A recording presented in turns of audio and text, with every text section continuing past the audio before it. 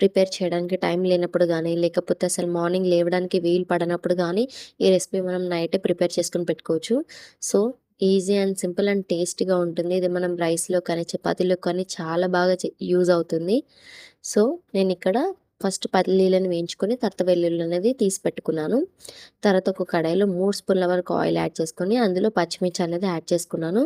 పచ్చిమిర్చి మంచిగా golden brown colour వచ్చే వరకు వేపుకొని, వీటిని కూడా ఒక ప్లేట్‌లోకి యాడ్ చేసుకోవాలి మనం.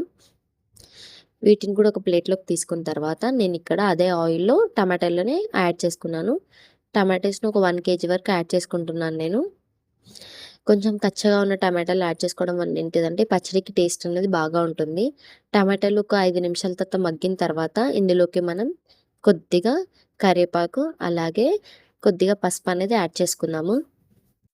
పసుపు యాడ్ చేసిన తర్వాత కూడా ఒక 15 మినిట్స్ వరకు మగ్గించుకోవాలి. ఈలోపు నేను పల్లీలు చల్లారాయి కదా! వాటి కొంచెం పొట్టు తీసుకొని వాటిని మిక్సీ జార్‌లో యాడ్ చేసుకొని పల్లీ పౌడర్ కూడా పక్కకు పెట్టేసుకున్నాను. సేమ్ పల్లీ పౌడర్ తీసేసి అదే మిక్సీ జార్‌లో పచ్చిమిర్చి, ఎల్లుల్లి, అలాగే కొద్దిగా జీలకర్ర, కొద్దిగా సాల్ట్ కూడా యాడ్ చేసుకుంటున్నాను. వీటిని కూడా మంచిగా గ్రైండ్ చేసుకొని వీటిని కూడా పక్కకు పెట్టుకుంటాను.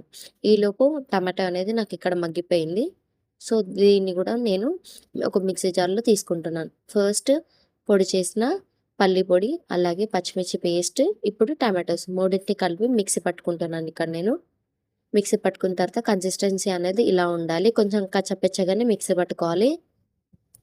మిక్సీ పట్టిన తర్వాత ఇక్కడ టేస్ట్ ఎలా ఉందో కూడా చూసి చెప్తానండి మీకు. ఇది వేడి వేడి రైస్‌లో కానీ, దోస, చపాతీ, ఇడ్లీ లాంటిలో కూడా చాలా టేస్టీగా ఉంటుంది టమాటా పచ్చడి. మీరు కూడా ట్రై చేసి ఎలా వచ్చిందో మాత్రం కామెంట్ చేయడం అస్సలు మర్చిపోకండి. ఇప్పుడు అసలే స్కూల్ స్టార్ట్ అయ్యాయి కదా! సో, ఈ రెసిపీ మీకు పక్కా యూజ్ అవుతుందని అనుకుంటున్నాను. అంతే అండి. టమాటో పచ్చడి అనేది మనకి 10 మినిట్స్‌లో రెడీ అయిపోతుంది. జస్ట్ మగ్గడానికే టైం పడుతుంది టమాటో అనేది మనకి. ఆ తర్వాత మనకి సింపులే ఈ రెసిపీ అనేది. చాలా చాలా టేస్టీగా ఉందండి టమాటా పచ్చడి. మీరు కూడా ట్రై చేయండి. నెక్స్ట్ మీకు ఏ రెసిపీస్ కావాలో పక్కా కమెంట్ చేయండి. అలాగే లైక్ చేయండి, సబ్స్క్రైబ్ చేయండి అవర్ ఛానల్‌ని. Thank you so much.